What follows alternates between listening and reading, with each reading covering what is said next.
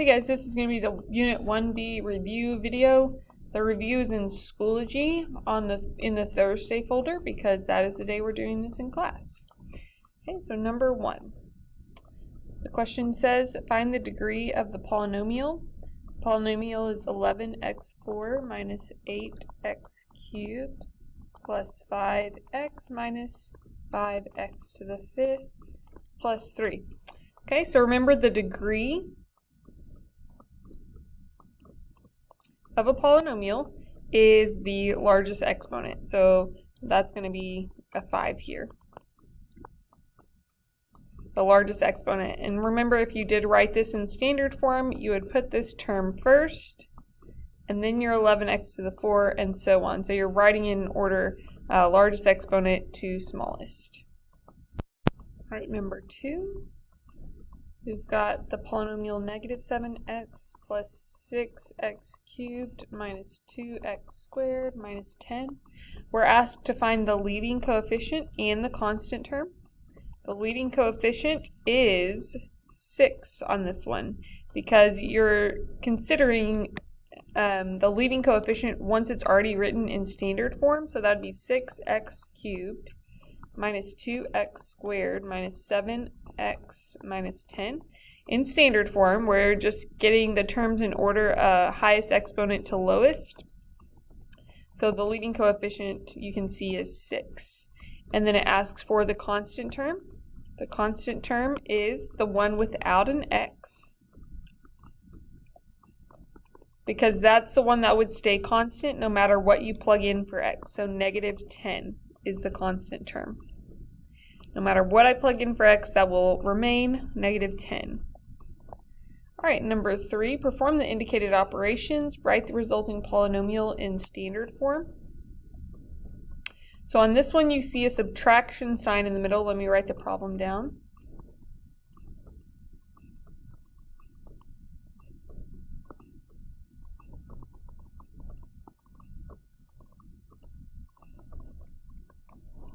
Okay, so see the minus sign in the middle. So we're subtracting these two polynomials. What you want to do first is just distribute the minus sign,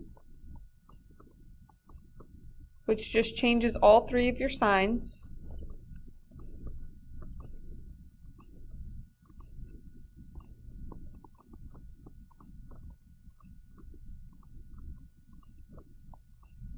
And then combine like terms. Got to get some more colors going on here. So we've got these two that can be combined. That gives me 5x to the 7. Okay, negative 10 plus 8 gives me minus 2x to the 5. And then I've got my constant terms, which give me negative 11. And that's your final answer. All right, next one. Okay, again, perform the indicated operation. This one, the only difference is it's addition instead of subtraction, so you simply combine like terms. So adding like terms on that one, you would get negative 7x to the 6, adding the two x to the 6 together. Combining your x cubes, you get 22x cubed. And combining your final terms, those constant terms, you get minus 35. So just combine like terms. Number 5. That one is subtraction again. I'm going to leave that one for you guys. Subtraction, distribute the minus, and combine like terms. Next one, find the product on number 6.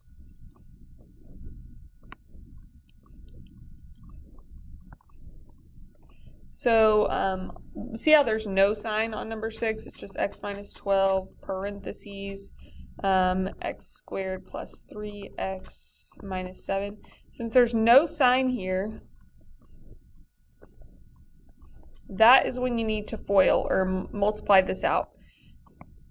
So first distribute the x. That gives me x cubed plus 3x squared minus 7x. And then distribute. Let's get a green. And then distribute this negative 12, so that's minus 12x squared minus 36x. 12 times 7, 84. So plus 84 since it's a negative times a negative. And then we can combine like terms. Okay, so I've got x cubed. Put these two together. That is minus 9x squared. Combine these two x's. That's minus 43x plus 84.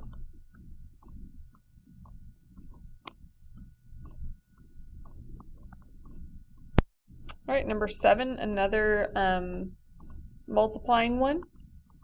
A plus b times a squared minus ab plus b squared.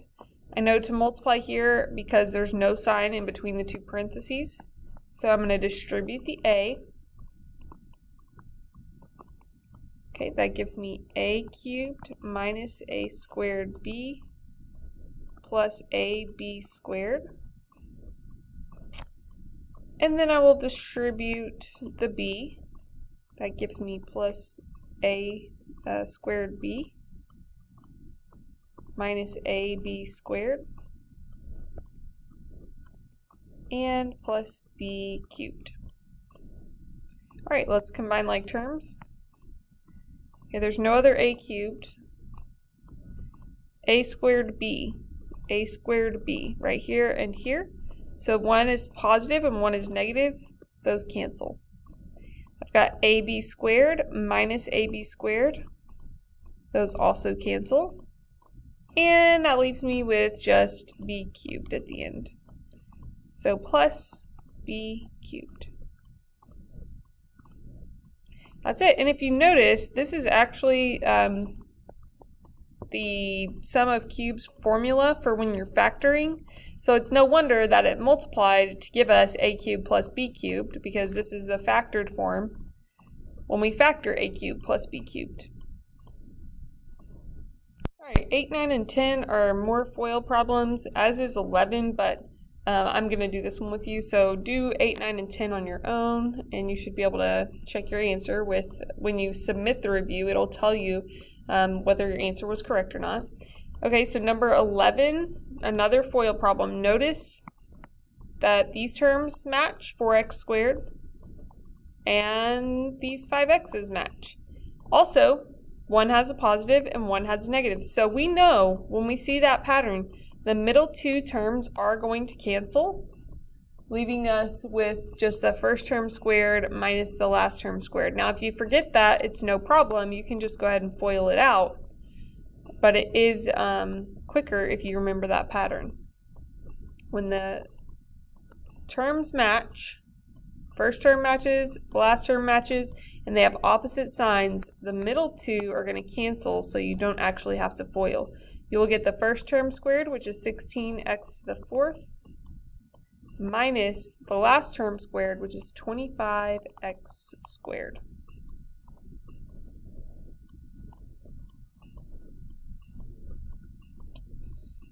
All right, number 12 is yet another multiplying problem, but this time it's kind of application. It says to write an expression for the volume and simplify your answer. So volume, we hopefully remember, is length times width times height. So I'm multiplying 3x times x plus 1 times x plus 4. So you would want to FOIL these two together first maybe, or you could distribute the 3x first. Either way, either one that you want to do first. You will end up FOILing and distributing though. I'll FOIL these first. So I'll bring down the 3x. If I FOIL those two terms, I get x squared plus 5x plus 4. Now distributing the 3x gives me 3x cubed plus 15x squared plus 12x. All right, number 13 is another one of our special product type problems where there is a pattern that can simplify this for you. It is when you square a binomial, you're going to square the first term. Then the middle one's going to be 2 times both of those, so plus 80xy. And then the last one is going to be the second term squared. If you can't remember that pattern to use, you can always just write it out as 5x plus 8y times 5x plus 8y and FOIL. You'll get the same answer.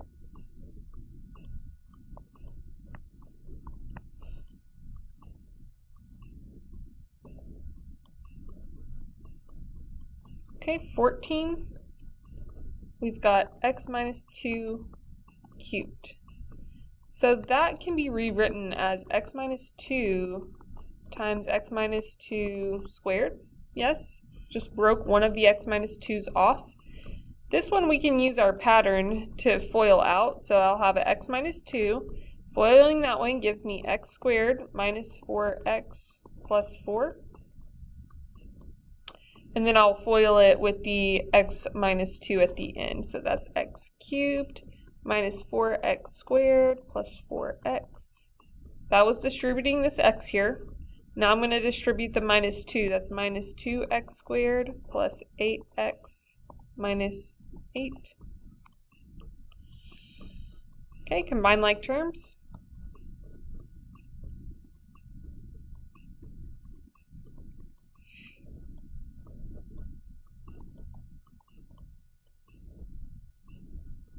And that's it.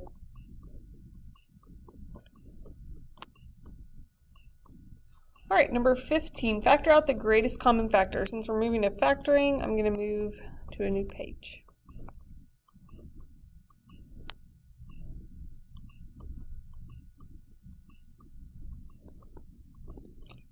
Factor out the greatest common factor. So I have 14x to the 4th y cubed minus 6x cubed y plus 8x squared y to the 5th. Okay, looking at all three of those terms, looks like they're all even, and that's going to be, so I'm going to have a 2 as my GCF. The lowest exponent I see on an x is 2, so I can take out x squared. The lowest exponent I see on a y is just 1, so I can take out a y. 14 divided by 2 leaves me with 7. Dividing this 14 by the 2 I'm taking out. I took 2 x's out, that leaves me with x squared. I took 1 y, that leaves me with y squared. Minus 6 divided by 2 is negative 3. I took 2 x's out, and I took that 1 y out, so nothing left here. 4, took both x's out, took 1 y out, so that becomes y to the 4th at the end. All right, and that's it.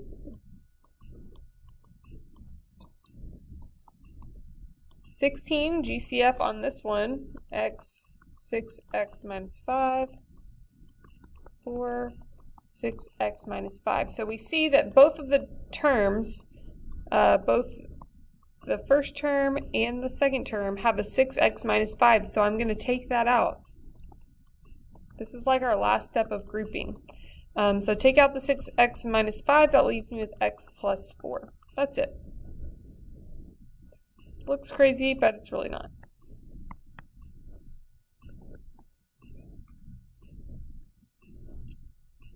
All right, number 17, factoring by grouping.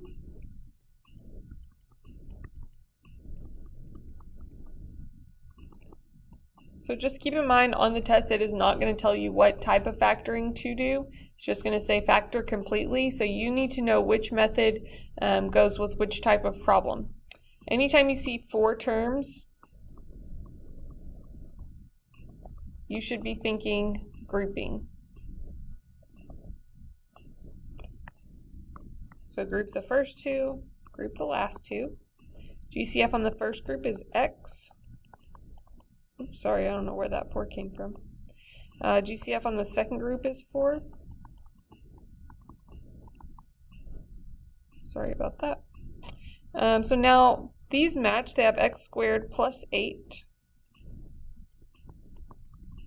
And that should always happen. If they don't match, you messed up. Just like I just noticed there that I left off the squared. I noticed that because my second term had a squared and my first one didn't. So I knew I messed up, and I quickly was able to find my mistake because of that. Okay, so x squared plus 8, and then x plus 4, which you get from these two. X plus 4.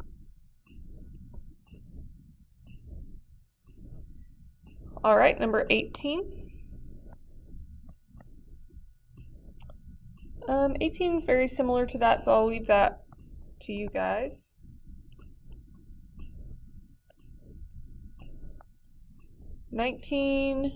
Factor the trinomial. So we've got x squared plus 3x minus 28. We need two numbers that add to 3 and multiply to 28. Notice that the leading coefficient on this one is just 1. So that's why I'm not doing 1 times negative 28 and doing grouping or anything like that. If the leading number right here is 1, it's very simple. It looks like this. Two numbers that multiply to 28 and add to 3. So I would say you could write down your factors 2 and 14, 1 and 28, 4 and 7. 4 and 7 are going to be the ones that work. They need to add to positive 3, so it's going to be a negative 4. So from there, you can just write your factors. X minus 4, x plus 7. So when the leading coefficient is 1, you don't have to do anything special. You just take those two numbers and put them into your factors. X minus 4, x plus 7. Okay, and number 20 is very similar to 19. Just make sure you take out the GCF first.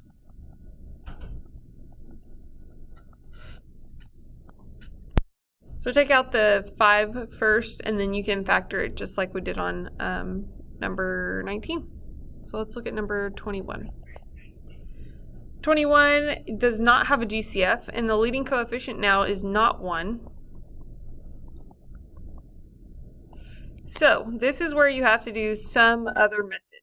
The one that I've taught you in class is grouping, and here's how it works. You're going to multiply this 8 by the positive 9, so that's 72. Now you need to find two numbers that add to negative 18 and multiply to 72. Okay, so let's think of all of our factors here. I've got 2 and 36. No, that won't work. 4 and 18. That won't work. Is that even right? 4 and 18? 1, yeah. Let's see. 6 and 12. Oh, that one will work. Negative 6, negative 12. So now what you do with those two numbers is you split the middle term up. So this becomes minus 6x minus 12x. And then you just factor it by grouping. So group the first two, group the last two. GCF in the first group is 2x. I'm left with 4x minus 3. GCF in the second group is negative 3. I'm left with 4x minus 3. Now you should always end up with 2 matching. That's one of your factors. And then your leftovers, 2x minus 3.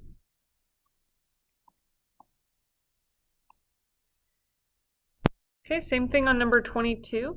You have a leading coefficient that can't be factored out, so multiply 7 times 1 is 7. Two numbers that add to 8 and multiply to 7 would be 1 and 7. So you can split this up into 1xy plus 7xy.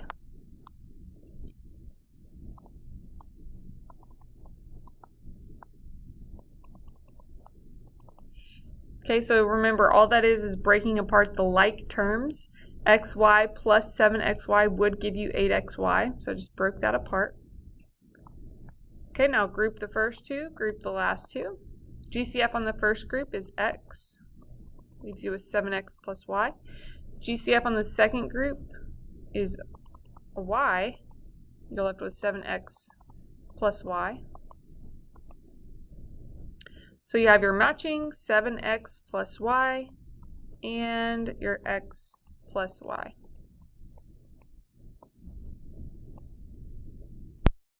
On 23, you only have two terms. Anytime there's only two terms, you're either looking at the difference of squares or the difference or sum of cubes. Those are the only things that could be factored out or factored other than a GCF.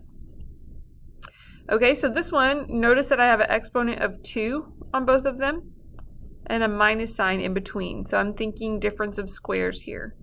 So you take the square root of the first term, that gives me 5x, square root of the last term, 8y. Okay, so I know they're both perfect squares and there's a minus sign in between, so that means it's going to factor into a plus b, a minus b. So in this case, 5x minus 8y, 5x plus 8y.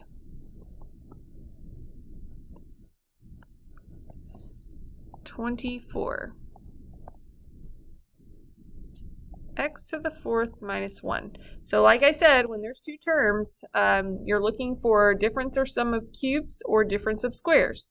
Since my exponent is a 4 here, that's an even number, so it is a perfect square. And then 1 is a perfect square and a perfect cube. So we're looking at difference of squares here because this 4 is a perfect square. Not because 4 is a perfect square, but because it's divisible by 2. Because the exponent is divisible by 2. So square root of each one, a is going to be x squared. B is going to be 1. Square root of 1 is 1. So it factors into a plus b, a minus b.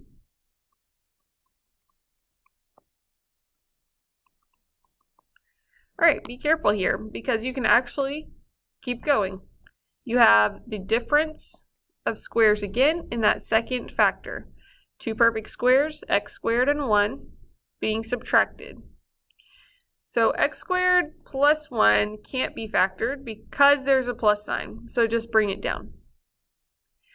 This one can be factored into x minus 1, x plus 1, because the square root of x squared is x, and the square root of 1 is 1. So that is your final answer. Don't forget to bring down this x squared plus 1 and make it part of your answer. All right, number 25, I've got 64x cubed minus 1. So this one, two terms again. And notice that I have a 3 here. That tells me that maybe this is a perfect cube. Maybe this is, the difference of cubes. 64 is a perfect square, but it's also a perfect cube. Anytime your exponent is 3 or a multiple of 3, that is considered a perfect cube. All right, so we're going to take the cube root of both terms. The cube root of 64 is 4. Cube root of x cubed is x. Cube root of 1 is 1. Now you're going to need to use your formula on this one, but remember it starts out with a and b. And then you get a squared. So square the 4, square the x. Then a times b. Then b squared. Now you can SOAP it to get your signs. Same sign, so it's going to be a minus, same as the original. Opposite, always positive. And that's it. That's how you factor difference of cubes.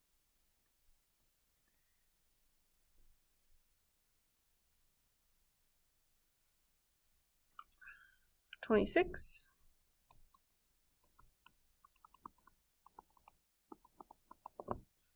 Okay, so this one, notice that it says in the question, factor the perfect square trinomial.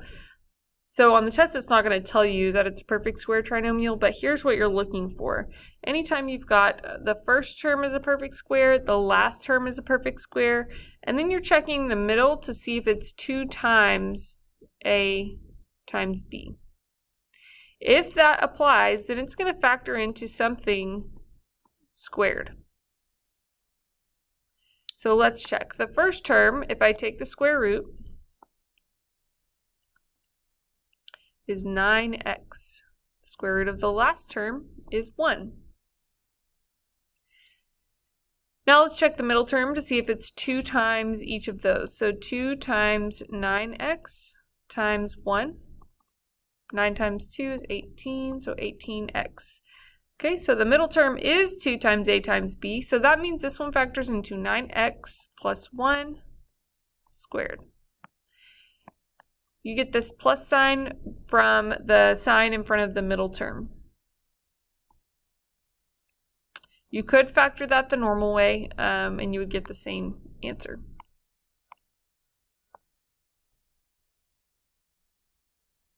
Okay, 27.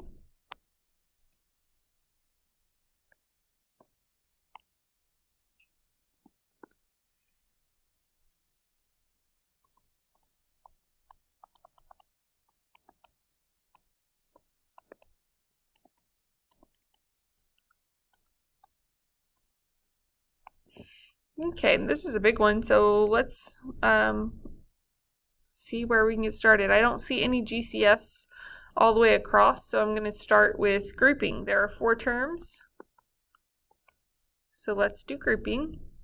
GCF on the first group, let's see, I actually do not see one. I do not see a GCF on the first group. So this one actually doesn't work in this order.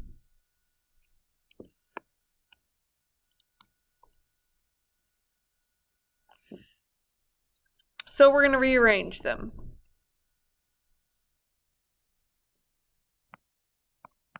Okay, so what if I put the 2 that have a 49 together and the 2 that have a 36 together? That way I can definitely have a GCF from those groups. So I'm just going to rearrange it. I'm going to put this one after the other one with the 36. So 36b squared x plus 36b squared y. And then I'll have my minus 49y. I'm going to switch it around a little more. Minus 49x minus 49y. Now the reason I put the 49s in that particular order is because I see this x, y, x, y. So I wanted those to line up, to be in the same order. There's not one like this on the test, just if you're wondering. So in the first group, the GCF is 36b squared. Leaves me with x plus y. In the second group, my GCF is negative 49. Leaves me with x plus y. Okay, so that factors into x plus y, 36b squared minus 49. However, this second factor can be factored further because it's the difference of squares. Okay, so the square root of the first term, 6b, square root of the last term, 7.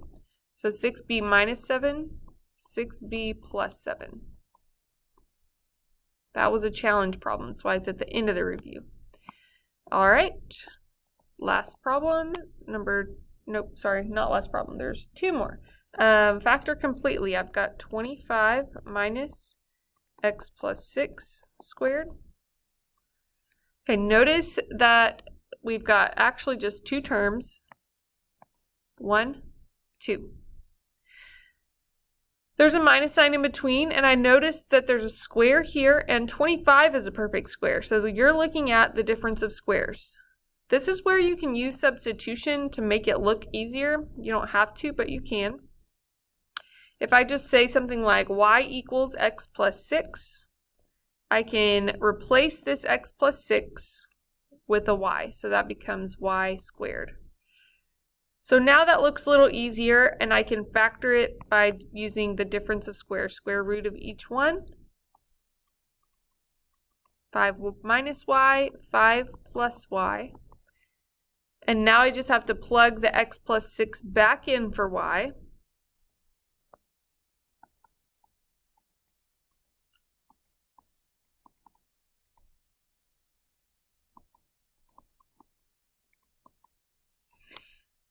Okay, but I do want to simplify that a little more. I'm going to distribute the minus right here.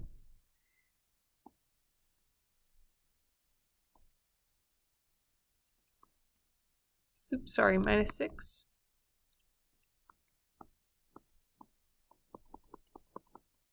And I actually could have gone ahead and combined like terms, but I didn't do that in the answer choices, so you can leave it like that. But you could do negative x minus 1 and x plus 11. Okay. Now the last problem, number 29, where I'm asking you to find all the values of a that will make the polynomial a perfect square trinomial.